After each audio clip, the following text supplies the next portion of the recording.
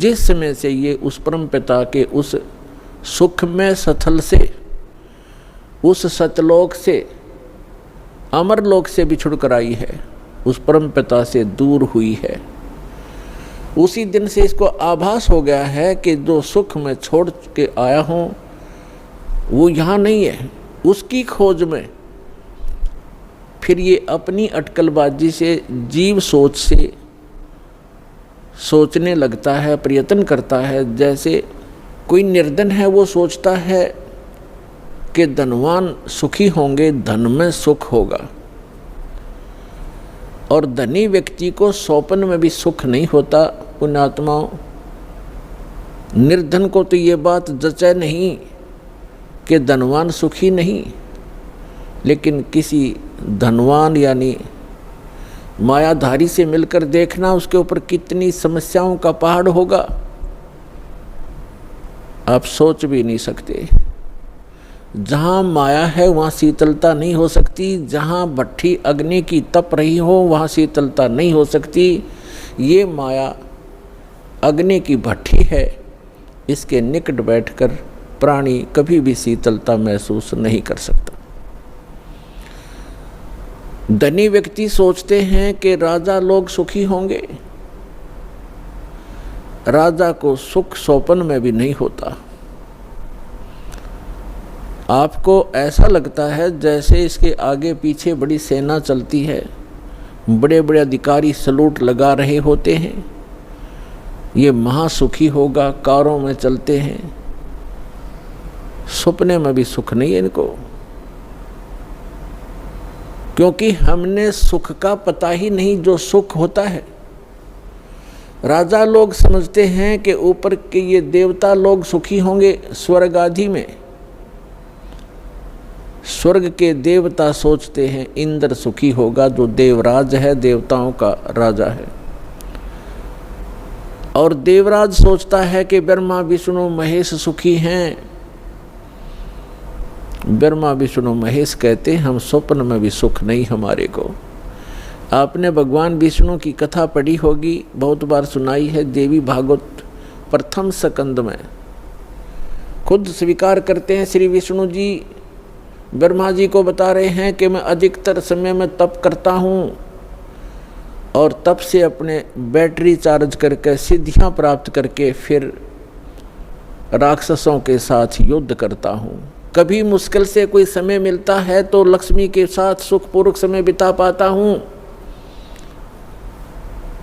तो खाक सुख है यहाँ पर। परमात्मा बताते हैं झूठे सुख को सुख कहे, ये मान रहा मन मोद, सकल चबीना काल का, कुछ मुख में कुछ गोद।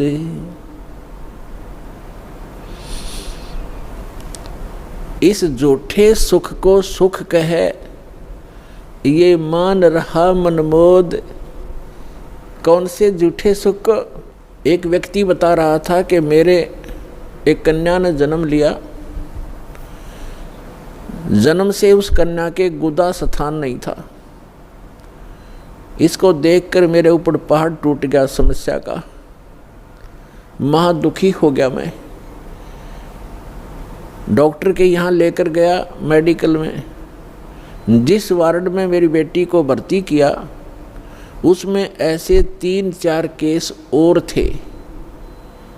तब मुझे कुछ राहत मिली कि मेरे जैसे और भी दुखी हैं। बताओ इससे क्या लाभ मिला उसको? अपना मन में मान लिया कि चलो और भी दुखी हैं तो मैं भी दुखी हूँ, कोई बात नहीं। क्या वो दुख हल्का हो गया? क्या गुदा स्थान बन गया बेटी का? तो पुण्यात्माओं, इसे गंदे लोक में रह रहे हम।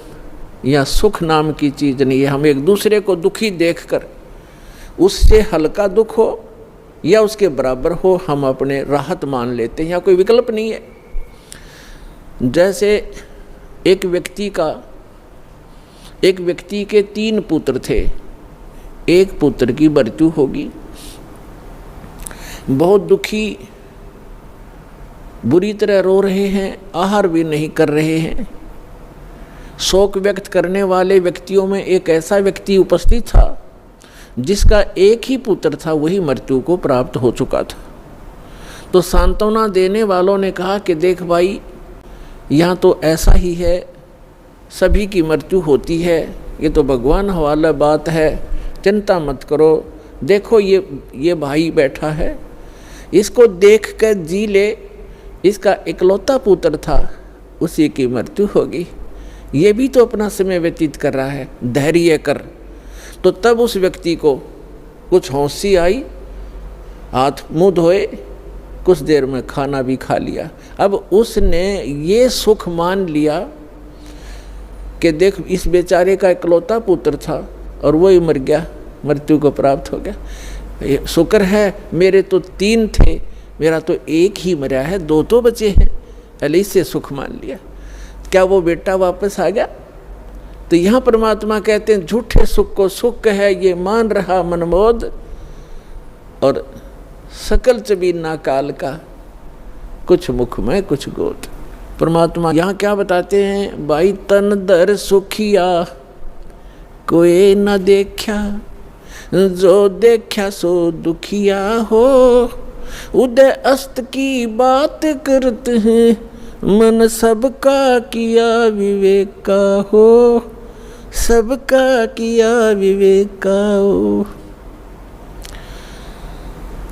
भाई घाटे बाधे सब जग दुखिया, के गृष्टि बैरागी हो, लाभ हानि से सब कोई दुखिया, के गृष्टि बैरागी हो, सुख देव ने दुख के डर से, गर्भ में माया त्यागी हो, गर्भ में माया त्यागी हो, तंदर सुखिया कोई न देखा, जो देखा सो दुखिया हो, उदय अस्त की बात करते हैं, मन सबका किया विवेक का हो, सबका किया विवेक।